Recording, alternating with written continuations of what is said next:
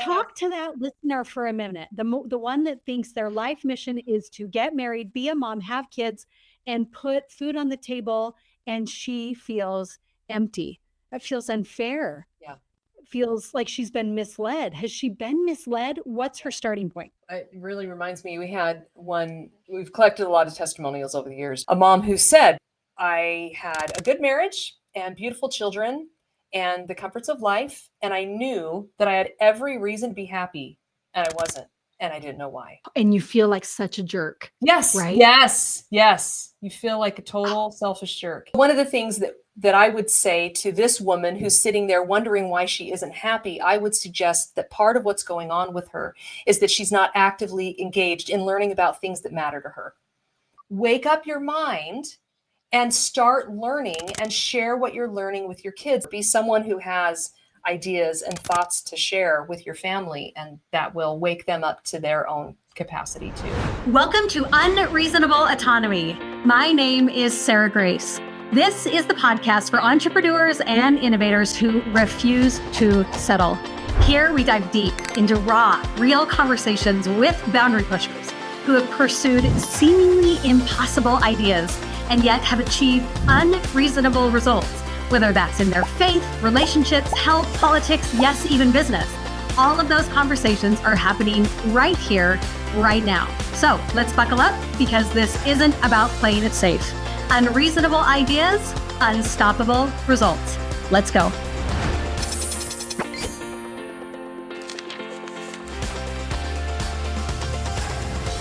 I cannot shout it loud enough. You are in for a treat today.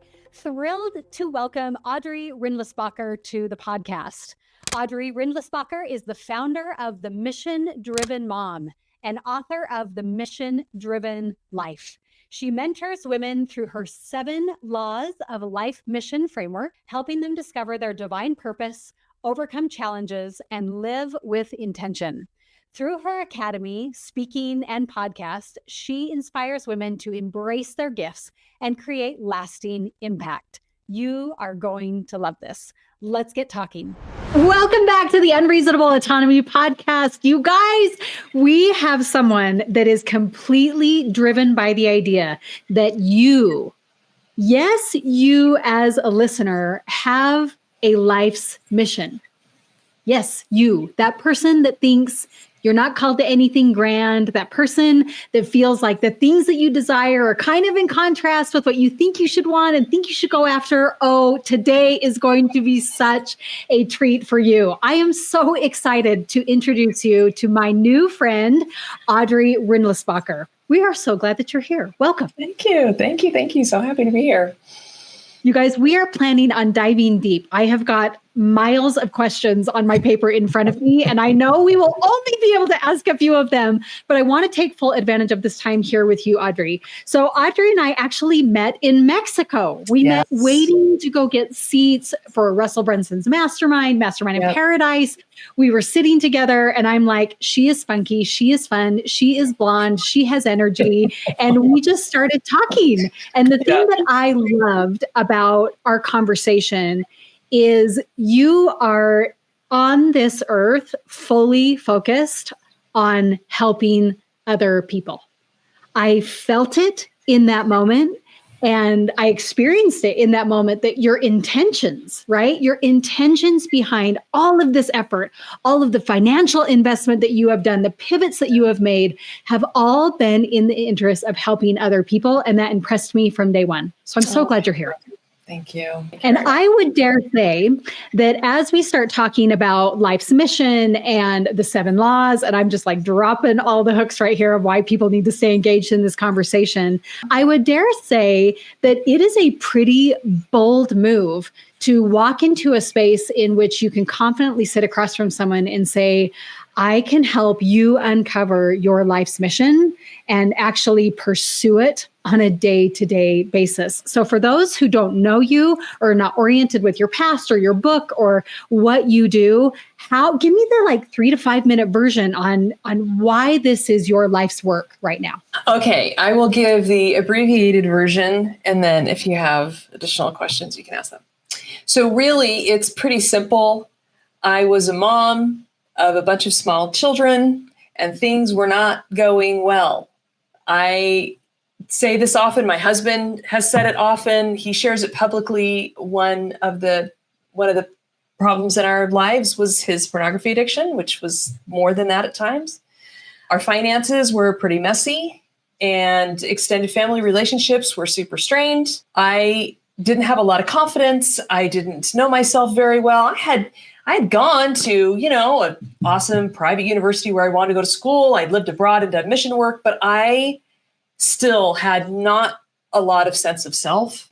I knew I wanted to be a mom. I was happy to be there, but it just wasn't matching all the dreams and visions that I had about what it was going to look like, And I remember one specific day I was downstairs, the treadmill was staring me down, and I was so depressed or overwhelmed or whatever all those negative emotions were. I knew I should get on it. I knew I should take care of myself, but I didn't want to. And I felt like I was failing my kids somehow. Like, was I doing enough? Was I enough to, match all of the challenges of life? And so at that point, I was kind of like, I really need some help. I tried some therapy. We tried some couples therapy.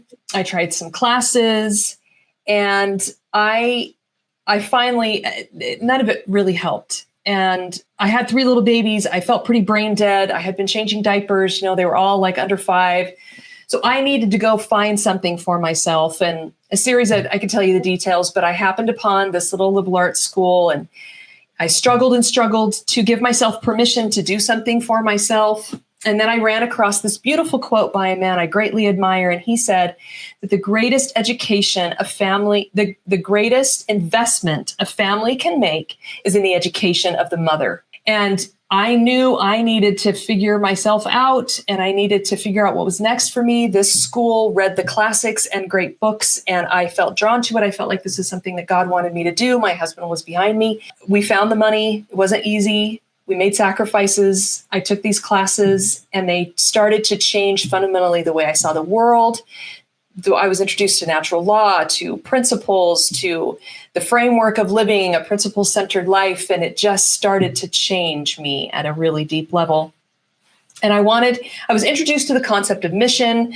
People around me were talking about it. I couldn't find good books on it. I was like, are they really, is this really a thing? Do people really have a mission? Yeah. Do I really have a mission? Because feel like I'm just kind of a sucking it up mom. And I wanted to know, I couldn't find any good books on it. So in the midst of all of this, all these years of, I've got to solve all kinds of problems, I really would love to get out from under this addiction issue and these marital issues and these financial issues. And I want to be a great mom, and I don't know how to do that. So many things I didn't know how to do that life didn't prepare me for. And so have you ever read The Hiding Place by Corrie ten Boom? I sure have. Okay. And I love how it's weaved in your book. Total game changer. So, somewhere along this road, as I'm finding, this light bulb goes on, and I realize there are truths. Jesus said truth can make us free. I want the truth to make me free. I want to know what the truth is. What does that mean? What does that look like?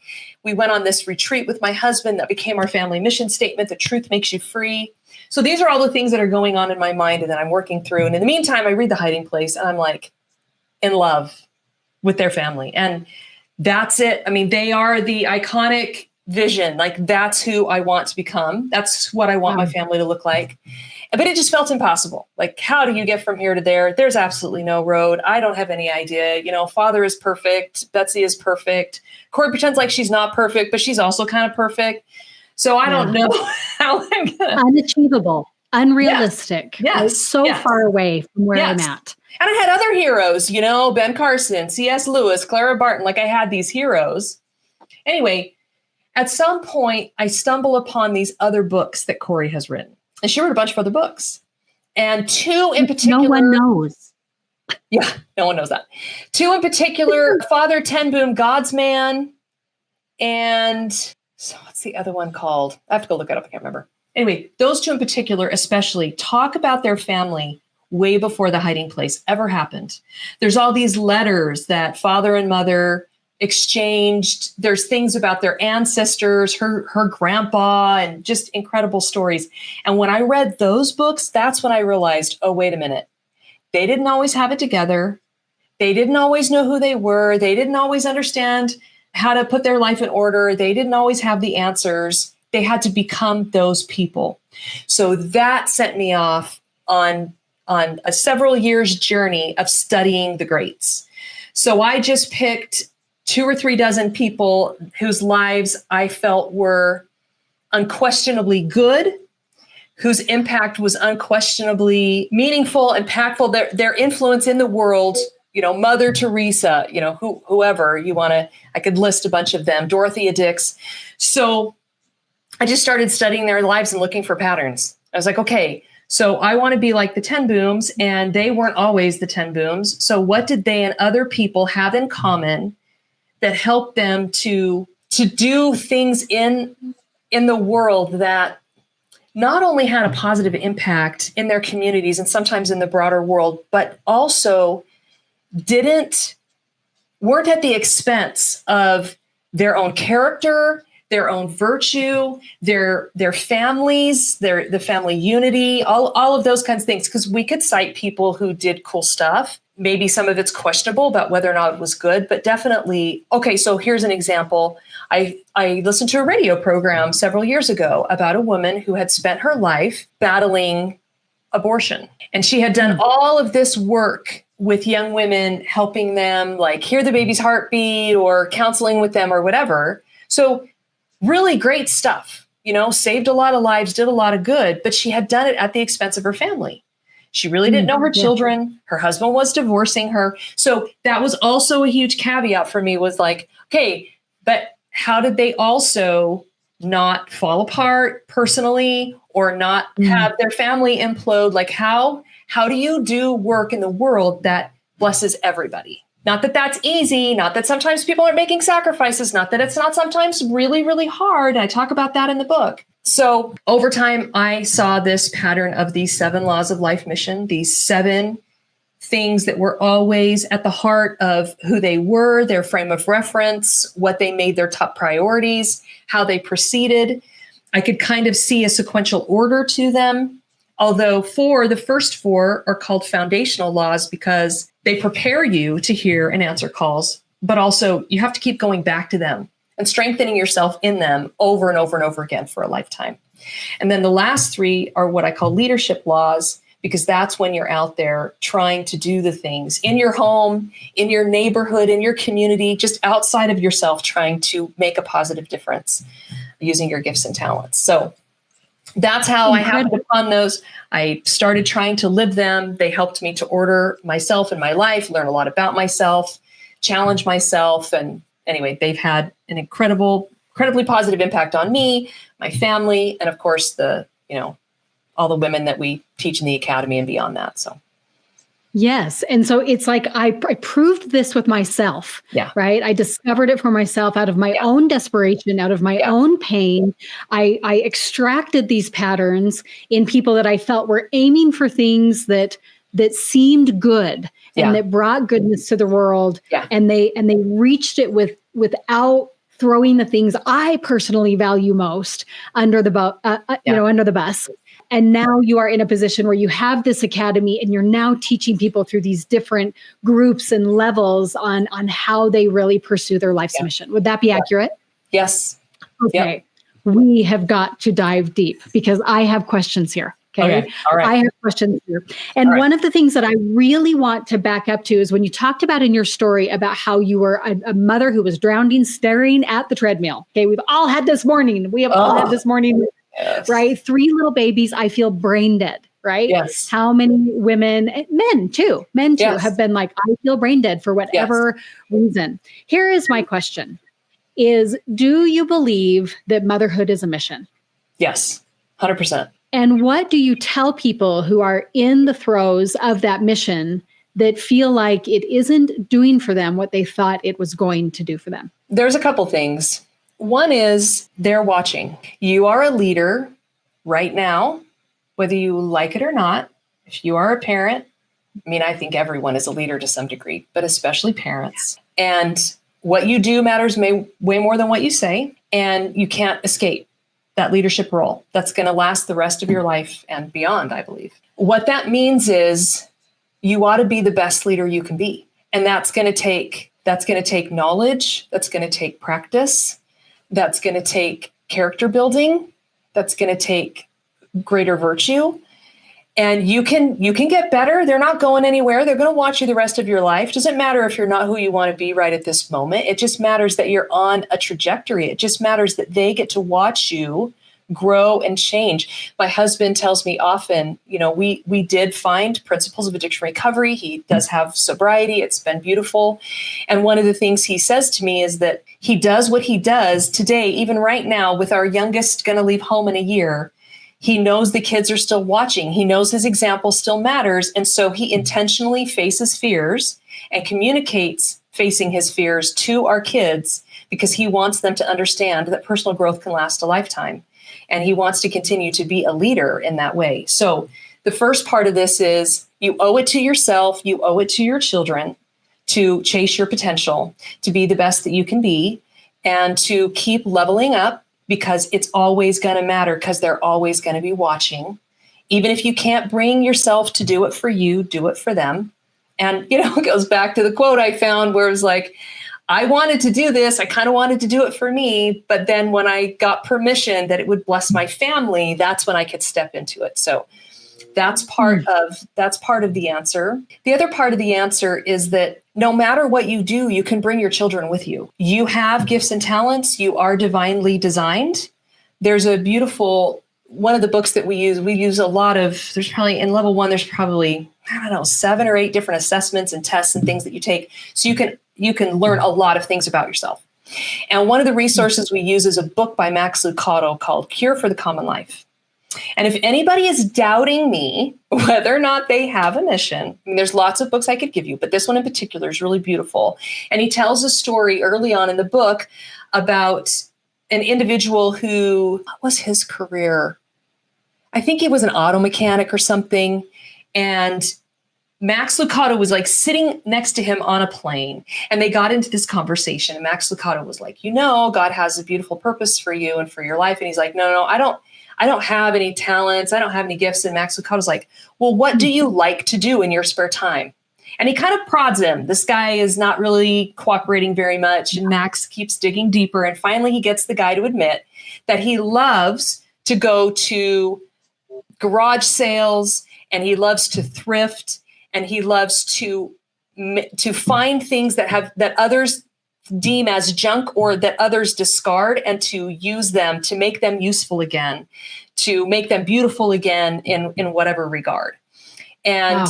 Max Lucado assures him that this is absolutely part of his gift, that there are a multitude of ways that he can use this to serve himself, his family, and his community. It's a beautiful story because this guy just is certain that there's not anything unique about him, and there's not anything that he brings to the table. And certainly there always is.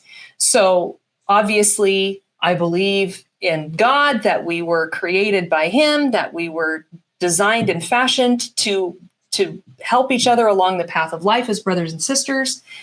And you have something, you have multiple things that you can contribute. And what better example to give your children than to bring them on the journey with you? Mm-hmm. One of the things that I hear moms say a lot that's super frustrating is like, well, they'll say things like, well, this is my kid's time. I had my childhood. I had my time. It's my kid's time.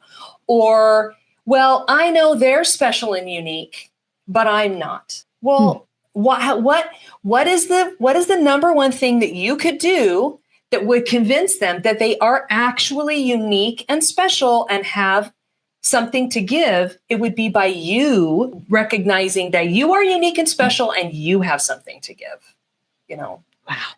Wow. So let me ask you a follow-up question to this, because I do believe that there are potentially cultural worldwide approaches to motherhood that have somehow tied motherhood to the word of martyrdom. That that when those, especially those little kids, we use words like in the trenches, right? Where it just feels like a full-on battle that you're just coming from all sides and attack. And you see art that's showing it this way of a woman caring for a baby, and she's got just things stacked on her back and protecting and all those things. Somehow we've tied that idea of motherhood and martyrdom. Do you believe in that narrative? Is there a frame around sacrifice and motherhood that is noble? Where do you land on that from a religious standpoint, from a philosophical standpoint? Where does your brain go? One of the things, Phyllis Schlafly, I don't know if you know who she is. She was brilliant. No. She kind of single-handedly stopped the ERA movement in the 70s and 80s. The Equal Rights Amendment that would have sent women to war, et cetera, et cetera, et cetera. So she was brilliant. She went to college. She studied, I don't even remember, really difficult scientific things. She went to Washington. She clerked or did something super cool and important. I don't know. She was really brilliant. And she was, I think she was a Catholic, but she was definitely a devoted religious woman. And she married.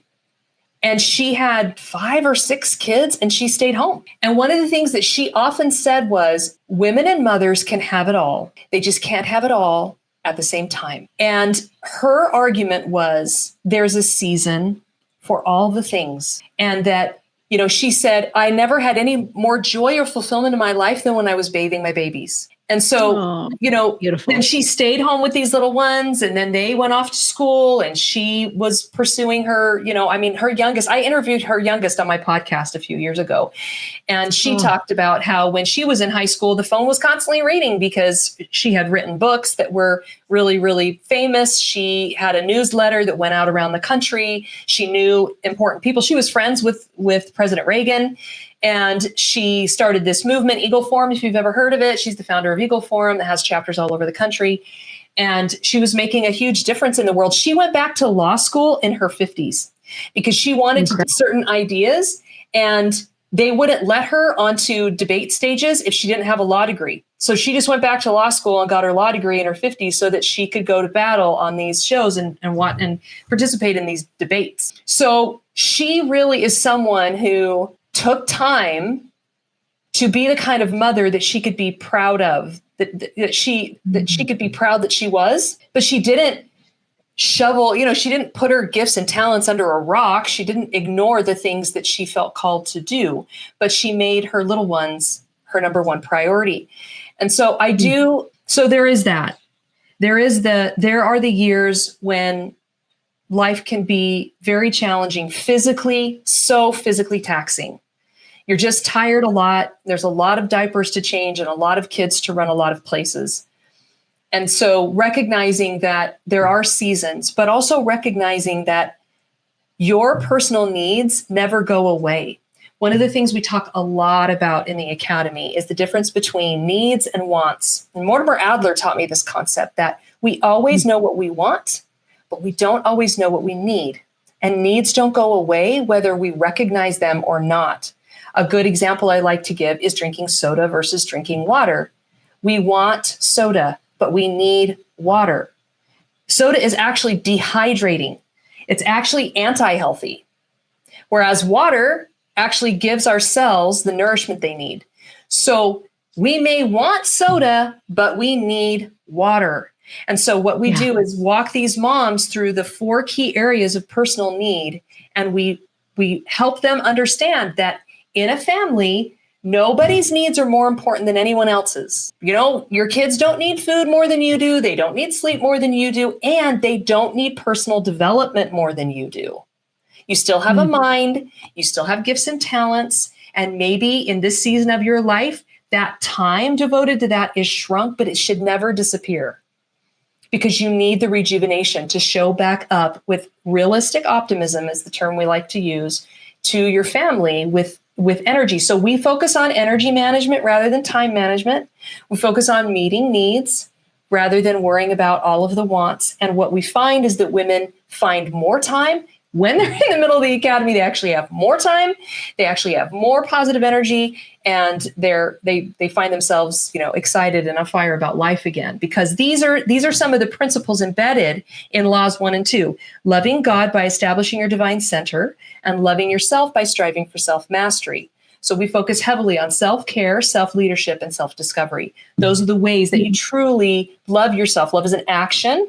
The feelings of love flow from the actions of love. So you choose to love yourself properly by meeting your real needs, and then you find that you approve more of yourself. You feel more confident and settled inside yourself, and you grow and develop even alongside all of the diaper changing. Oh, it's so just resonant in my soul when you talk about like, what would it do for you if you had confidence in yourself? Yeah. What would it do for you? What would your life look like and feel like? And I imagine anyone who's, we're recording this a little bit after like back to school, right? Yeah. And it's like all those moms that are like, okay, what would it do for me if I felt fulfilled, or if I felt at peace with myself, or if I trusted myself, or if I felt challenged, what would that do for my family? I think we can see it. And I think the beauty of you and your academy and you coming on as a guest is you don't just say, well, just show up as the person you want to be.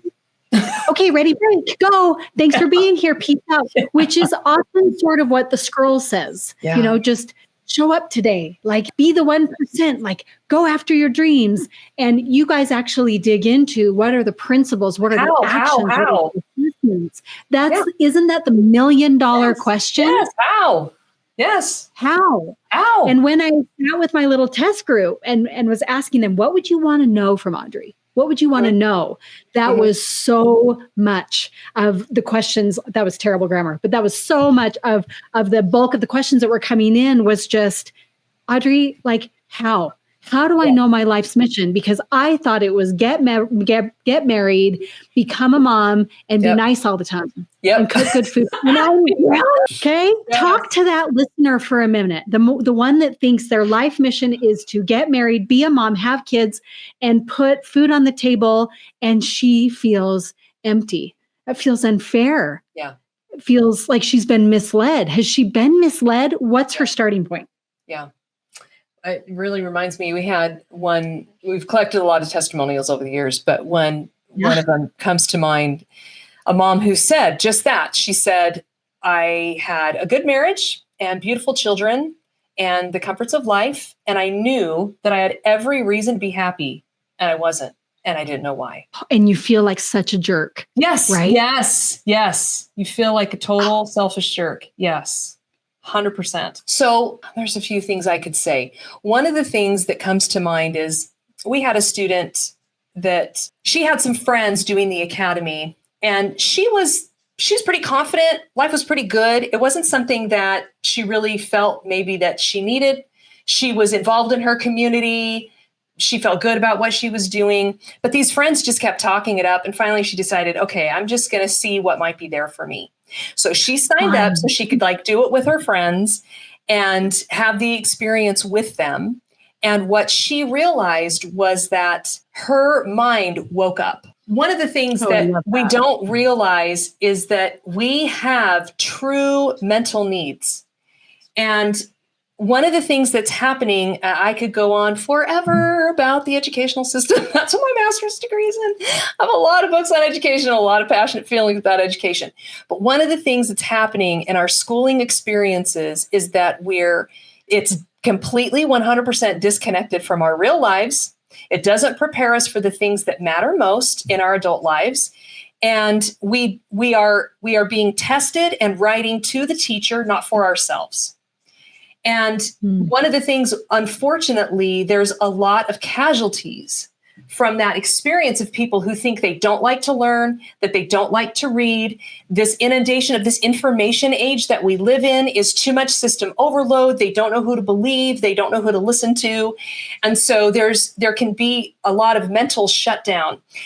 But done correctly, if you understand how to properly ask, we teach the 5 types of questions. I know it seems silly, but there are a handful of key lifelong learning skills we teach early on in the academy, because these women need to learn how to to discern truth and how to filter through the crap so that they can be mentally awake and alive. And so one of the things that I would say to this woman who's sitting there wondering why she isn't happy, I would suggest that part of what's going on with her is that she's not actively engaged in learning about things that matter to her.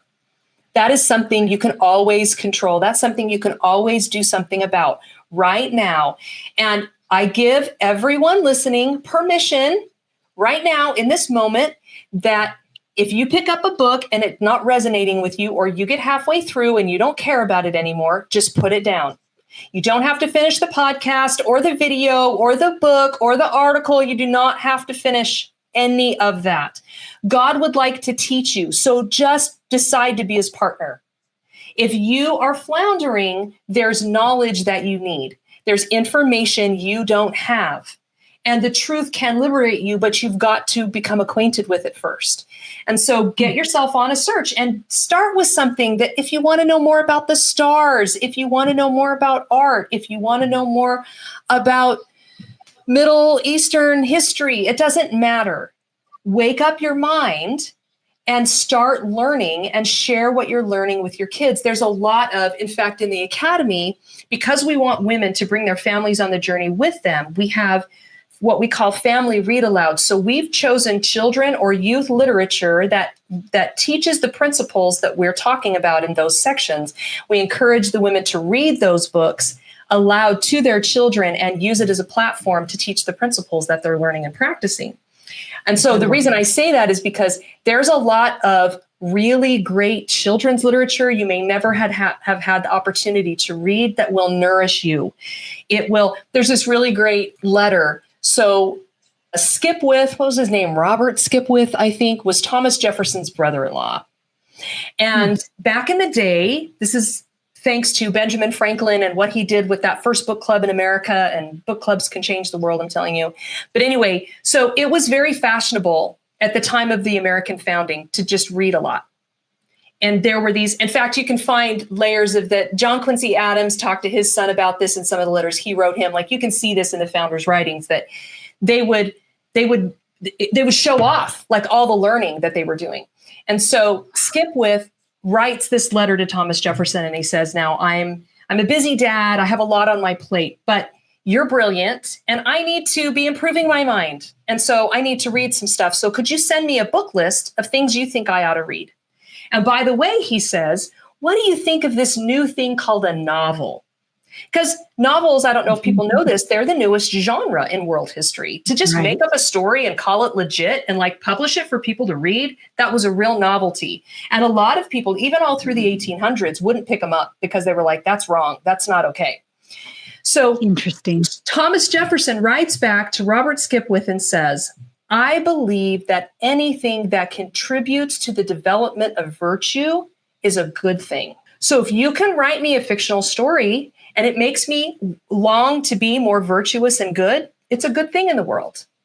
So anything that helps you develop your character, that helps you want to be more virtuous and good, pursue it. Take time for it. Etch out an hour or two, let dad handle Saturday morning breakfast and you run off to do something that's meaningful to you. Listen to a good podcast while you go on a hike or something.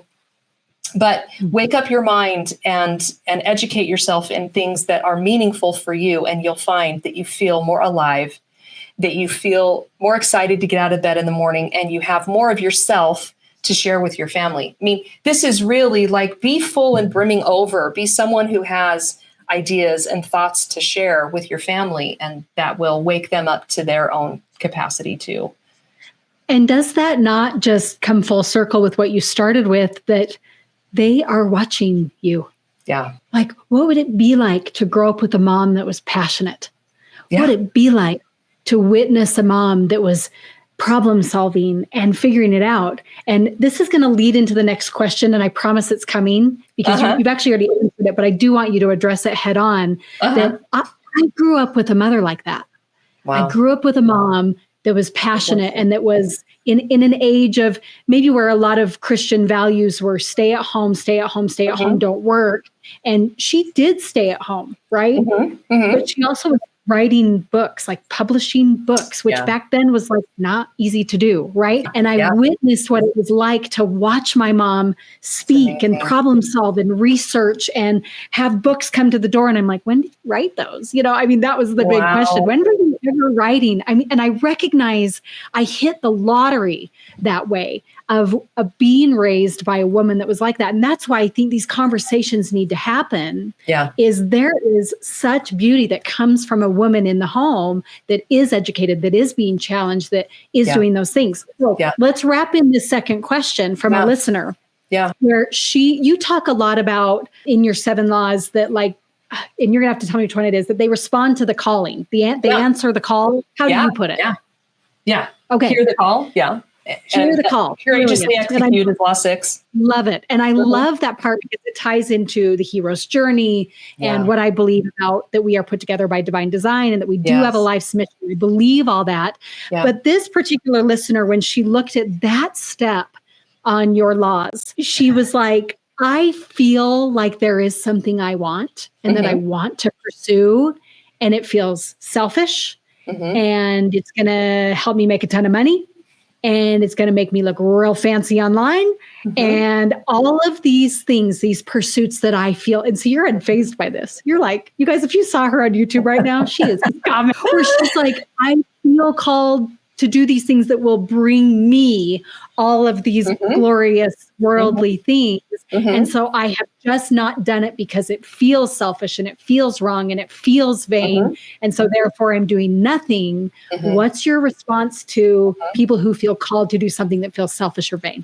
Well, when you are living the first law of having your divine center established and you're partnering with God, then there's nothing that's selfish. C.S. Lewis said when he was converted, because I don't know if you know, he was an atheist for several years, and then he was reconverted to Christianity.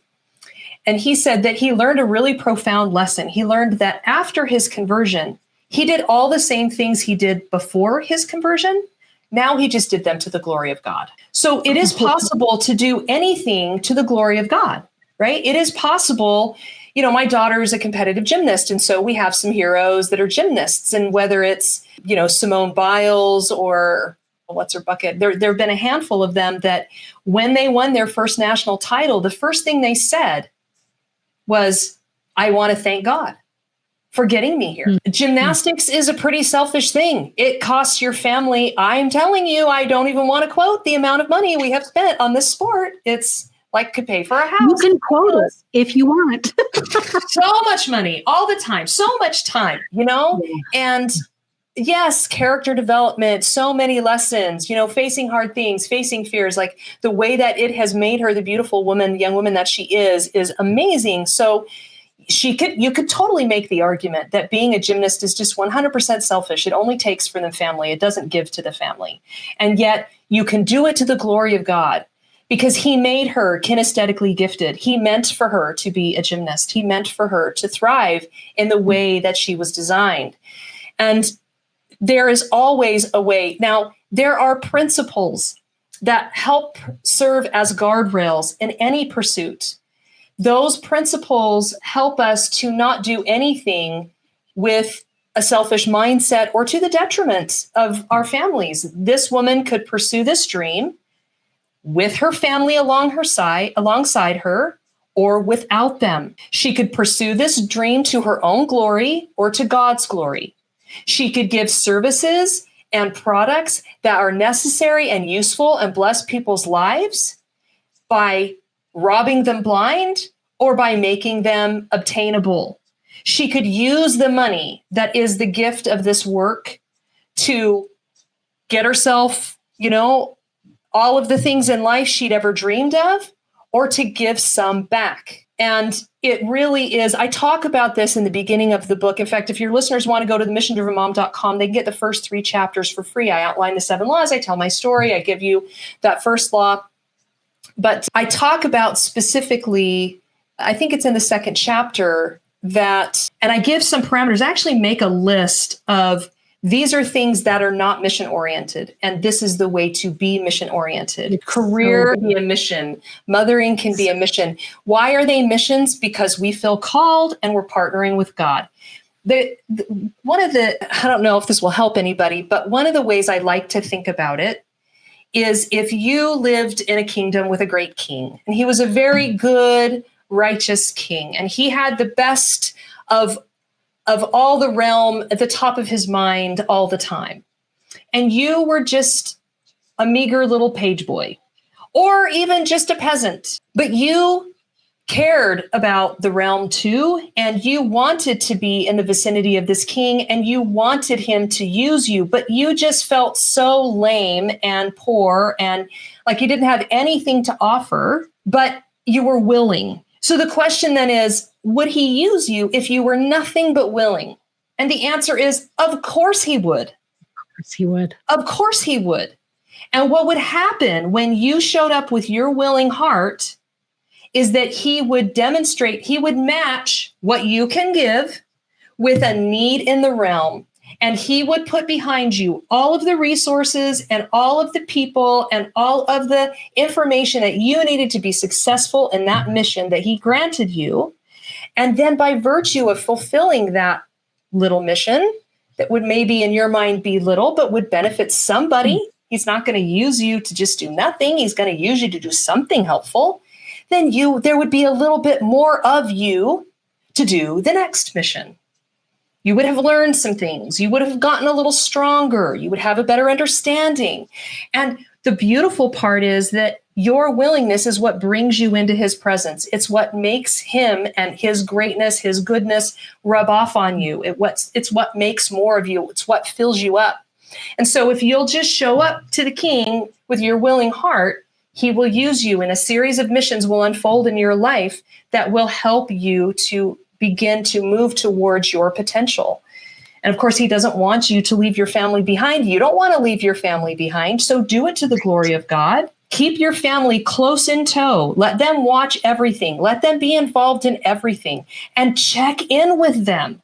Check in, ask them how they feel about it. Ask them if they're involved enough. Ask them if they feel like you're too checked out, and listen to them so that they don't get left behind. Of course, God, I have this quote up on my vision wall, and I might slaughter it, but it's something like, the dream that you hold in your heart is the most noble part of you. We do these celebration events every year, and we're bringing it back. We haven't done it for the last couple of years for a myriad of reasons, but we'll bring it back next year. It's called the MDM Celebration. Women come, we dive deep into a topic, and then we have an award ceremony for those that have finished levels of the academy. It's really awesome. But one year we did Mothers of Vision. It was actually COVID year, and everybody was feeling pretty bleak. And we focused all on what it means to be a mother of vision. And this quote was from that year. And one of the things that I said to the women over and over and over again was, instead of pushing away things that are on your heart, what if you just assumed that God put them there? Love it. And so if this woman were to turn this on its head and assume that she understands a path forward for herself, she sees it. She knows what it looks like. She knows where it could take her. If she assumes that God planted it there and she shows up to the king with a willing heart, he will help her to use this call she feels to glorify him, to make her family stronger and better, to develop her potential, and to make other people successful. Years ago, I heard someone say that you can't become a millionaire without making other people millionaires. And I know that people become millionaires the wrong way. And I know there's scoundrels out there for sure. But as a general rule, we were both there at the Russell Brunson event. How many people? He's a billionaire. He can have anything he wants, literally, except for maybe Germany. But he could have most things that he really wants, right? But he has made so many people successful along the way. Nor does he have to even he brings his family with him, and he makes us all better. Right. So, and this is such a deep concept to me, because what I see is that there's just a lot of overthinking going on. Yeah. When it comes to mission, and am I good enough, and is it spiritual enough? Am I going to lose my family in 15 years because of this moment? Yeah. And what that shows me is that there is a blindness to who God is. And I will never forget, I went on a mission for my church. Yeah. And I served in Detroit, Michigan. So when you say MDM, I think of Michigan Detroit Mission. That's what we called ourselves. I'm like for myself.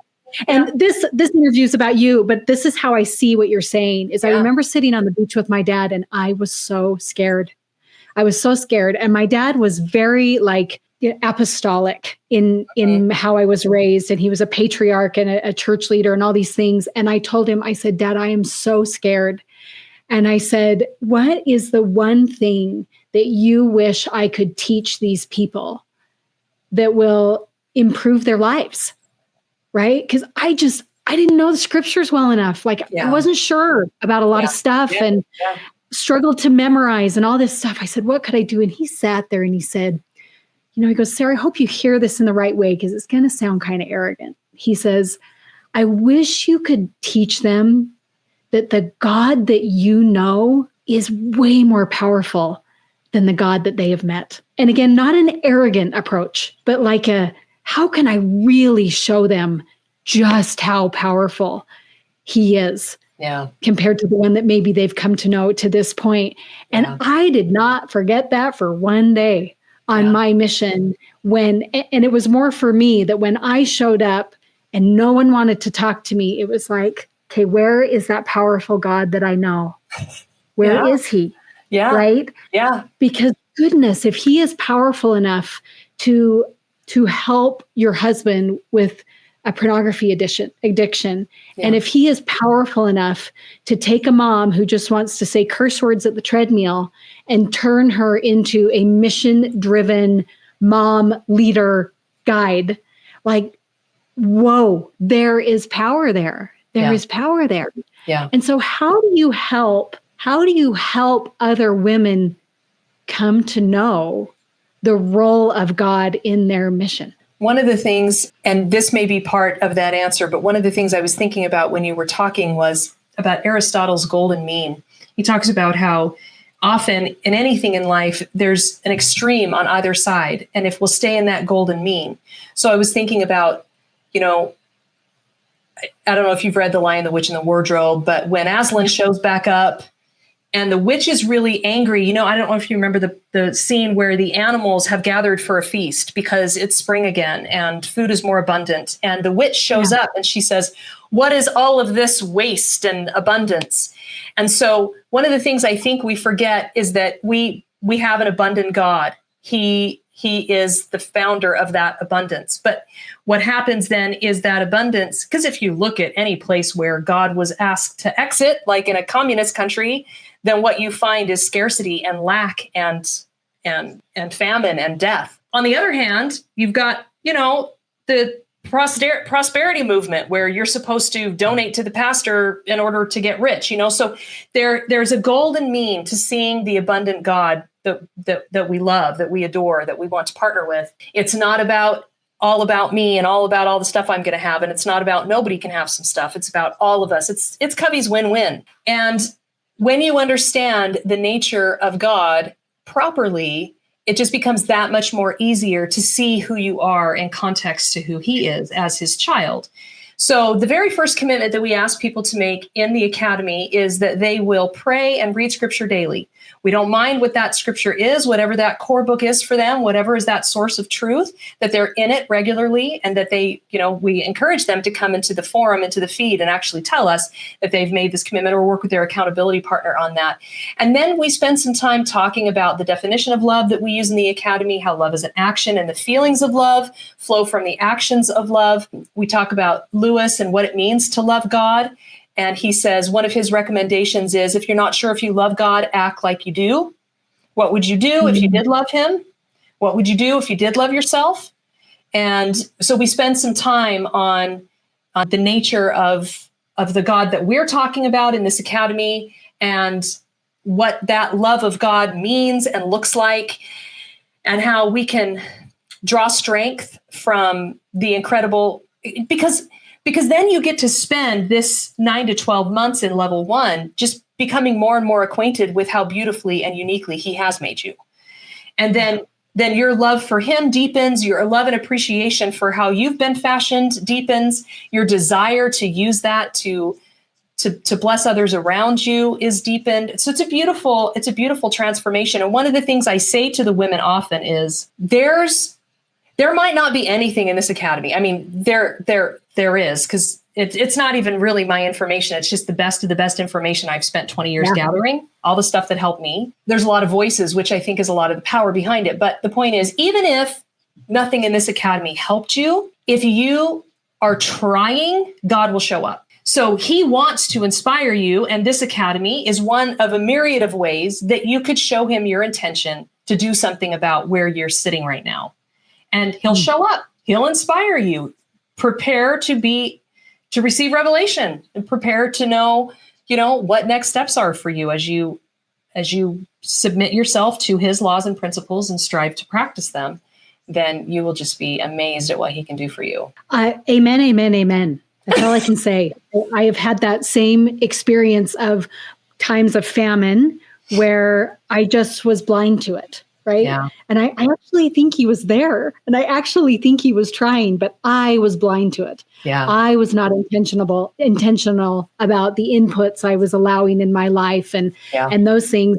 And that's something, just one of the patterns in our conversation that I've seen is, okay, you are called to something, okay? Mm-hmm. You are. Multiple things. And multiple things. Mm-hmm. And we're going to start taking some steps there. Mm-hmm. We're going to start exploring that. Mm-hmm. And one of the more palatable moments for me when you were talking was when you were saying, look, if your pursuit is to make 1,000 millionaires, I've got a client right now, his goal is to make 1,000 millionaires. Mm-hmm. That's his goal. Mm-hmm. And I know that he's doing exactly what you suggested when you were saying you're worried that it's going to make you lose touch with your kids. Yeah. Then ask them. Yeah. Then check in with them. Right. And I'm not mocking it. But what I'm saying is, I think sometimes we think 10 years down the road when but this is a 90-second check-in, right? Where you can have a conversation and you can actually start to make sure you're having those guardrails as you pursue these things that feel larger than life and feel bigger than you right now. And I sense that in all of the seasons that you have pursued, that you're we're pursuing something, but we're going to tackle the tough stuff on a day-to-day basis. And I think it is such a gift of what you are bringing these women. Yeah. And I mean, I don't want to tell people how to live their religion, but of course, everyone around here has been binging Charlie Kirk stuff the last week, understandably. And one of the things that came up was how he honored Sabbath. I mean, if you're worried your family's not getting enough of you, just do the Charlie Kirk method and choose a day a week, put your phone in a drawer and give them 100% of your attention. Listen to them, play with them, worship with them, learn with them, do all the things. There's solutions if you want that. One of the things I wanted to share, you said, why did I do the academy, blah, blah, blah. Well, it kind of goes along with what you were asking about how do these women partner better with God and have a better understanding really of their own self-worth. Yeah. Because what's interesting about that was the catalyst that made me just start this program was I had created some classes. I'd done some stuff at the college level, created and taught classes, blah, blah, blah. And then I created some other classes, lifelong learning and principles of liberty. And it was fun. I taught classes online, just tell people about them and teach them. But we were at a good place in our lives. I had found I felt like principles were liberating me. I felt like things were under a lot better control, that I had a lot more confidence and self-assurance and all of those things. And I went to a women's church meeting, and the teacher had roses, and she walked around before she started class and just handed roses to women at random. And then she went back up to the front. She had a vase sitting on the table, and she said, okay, before I start, I want to ask anyone I gave a rose to please come to the front of the room and tell us something that you're good at and put the rose in the vase. And there were probably a dozen of them or so.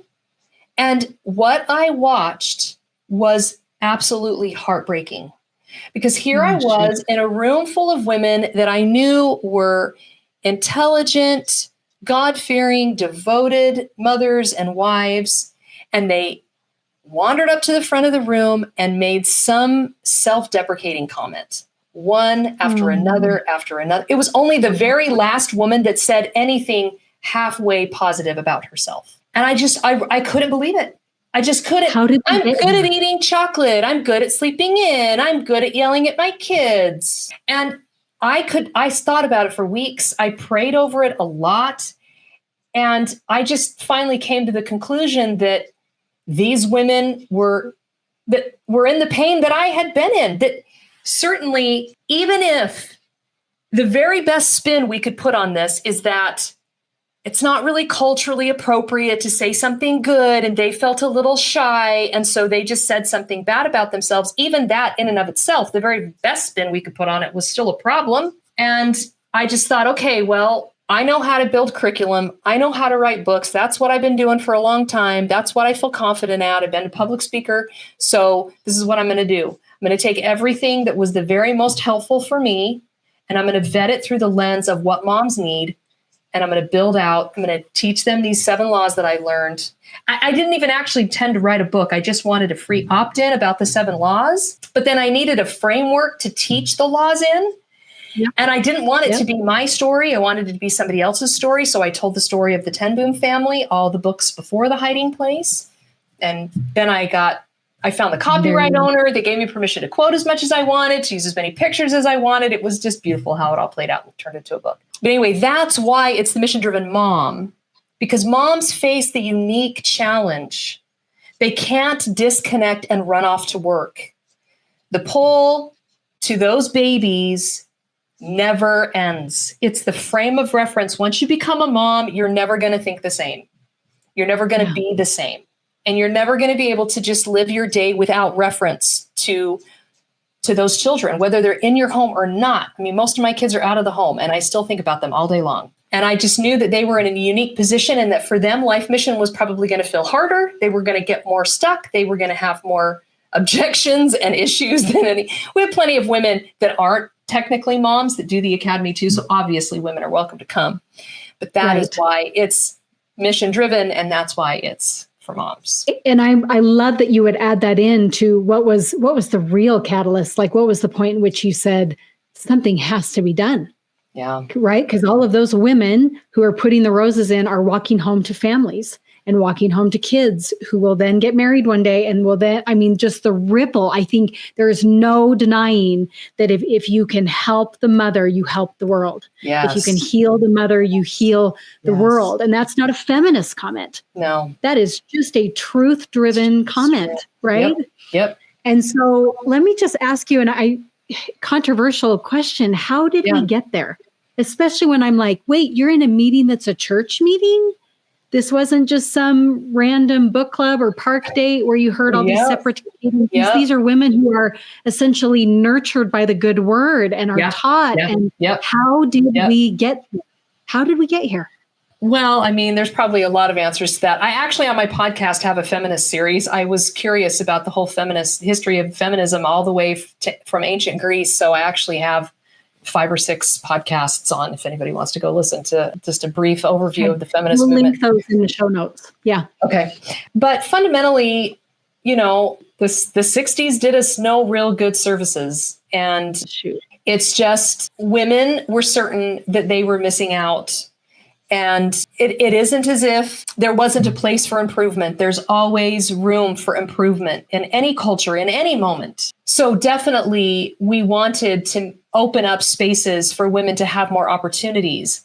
But the way that it was put forward, I mean, I could tell you about Betty Friedan and the problem that has no name and her feminine mystique, and all of the issues around the women that promulgated that movement. Their worldview, their perspective, their answers were not God-based. They were not principled. And so, of course, the fruits of that are not going to all necessarily be good.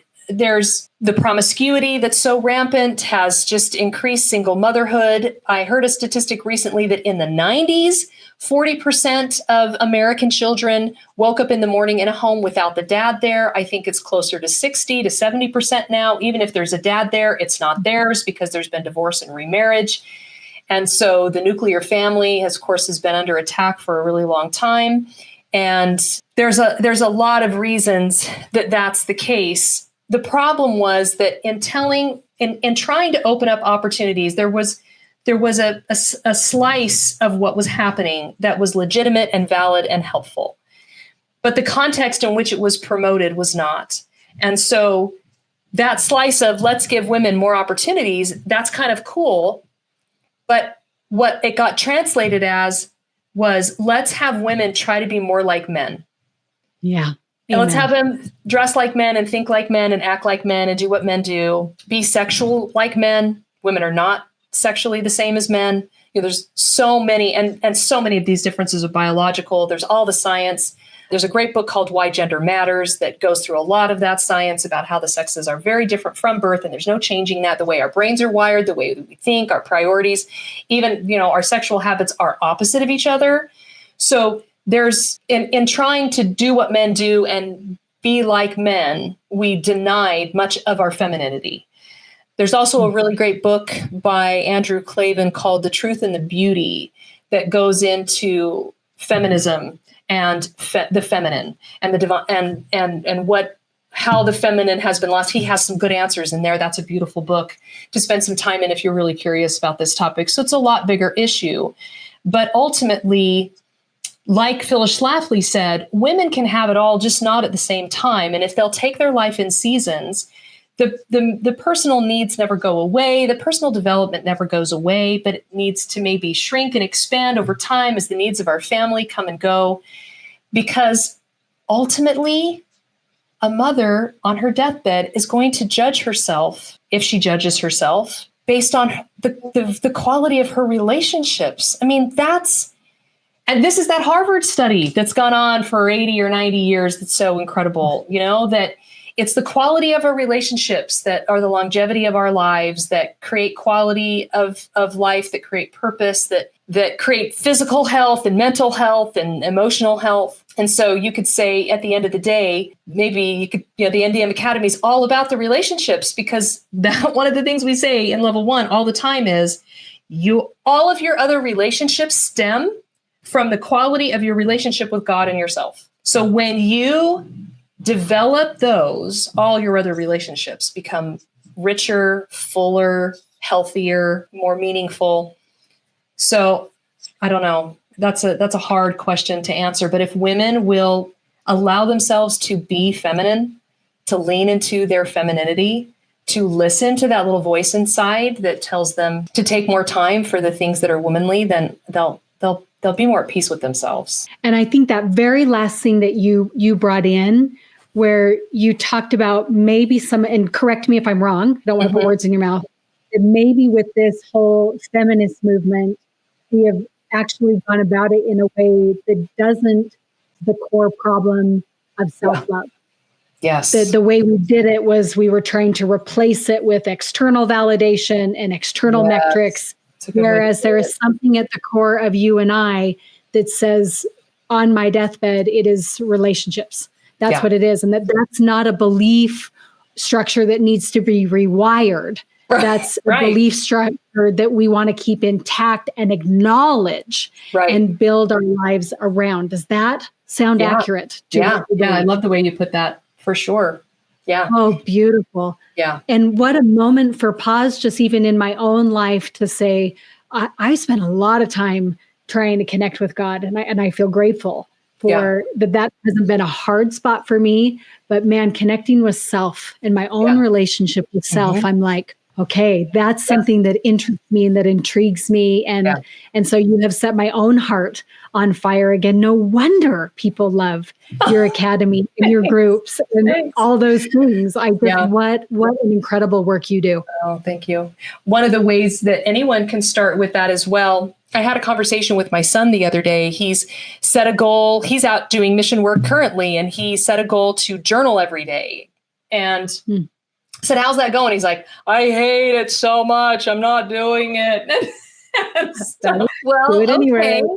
I said, so is that because you feel like journaling means you have to write down everything that happened? And he said, of course, that's what journaling is. I said, no. Journaling is a lot of things, and it doesn't have to be cataloging your life or your day at all. You can journal I mean, one of the things we talk about in the academy is, we give you some tools, gratitude, true statements, things like that. Those are helpful. But even just posing important questions to yourself about how you feel about certain things or why certain things are meaningful for you. I went to this couples retreat one time and they had a journaling question. It was so simple and so profound. It was, why do you want to keep living? And the couples went off, everybody went off to their own space. And there were several grown men that came back to the room weeping. There's a lot of, if you want to go to Jordan Peter's self-authoring course, it's really inexpensive. He's got a past, present, future authoring. But taking time to connect with yourself through journaling is so therapeutic. In fact, there's a lot of studies that show that it's actually more therapeutic than traditional therapy to do proper self-journaling. So that is something that anybody can do if they just want to spend more time with themselves, understanding themselves. It's just take time for self-journaling. But there's lots of things that you can do, but that's just one to start with. I just would dare say that you are such a rare breed in the sense that you are all about, building the life you want and having purpose and life mission, but you do really get down to the tactics, which I think matters, and the practices and the habits. And so I feel so honored that I've had this opportunity to introduce you to my audience and my world, because that is something that I have no doubt will impact their home lives and it will impact their businesses just by default, right? With what they're building. We have been so richly fed today. I am just so grateful for your honesty, your wisdom, your ability to just pull from life experience and heroes and stories is a reason that everyone should be entering your world. Thank you so much. Thanks for having me. It's been a joy. Thanks for having me here. Loved all your questions and talking about those things. It's great. Oh, thank you. Well, in true unreasonable autonomy fashion, I do want to ask you just two more questions. So in regular fashion, here are the two questions I have for you. I'll ask one at a time. The first is, what is one book you believe every entrepreneur should read? Every entrepreneur? Every entrepreneur. Be Your Future Self Now. Ben Hardy at his For finest. sure. 100%. Love it. Yeah. The second one is more personal in nature, which you are not afraid of. When you think about yourself at the end of your life and you think of your kids, what do you hope they say about you? I hope that my kids say that they knew that they were loved no matter what, that I was always there no matter what, and that I never compromised on what I knew was true and good and beautiful. Oh, I love that. I love that. I hope they're listening and they can check in and say, Mom, you are well on your way to being that person. Well, thank you again so much for sharing your heart and your gifts with us this wonderful day. To the amazing Audrey, again, thank you so much. Yeah, thanks, Sarah. Thank you for listening to the Unreasonable Autonomy podcast. If you loved this episode, my guests and I would love to hear about it. Go to the show notes to reach out and let me know what resonated with you or what topics or guests you want to hear in the future. I am here to create for you. Look, I deeply admire your commitment to pushing boundaries and going after an unreasonable life. Keep dreaming big, taking bold steps, and expecting the unreasonable. For more, go to the show notes to dive deeper into the conversations that will keep you going. Thanks for being here.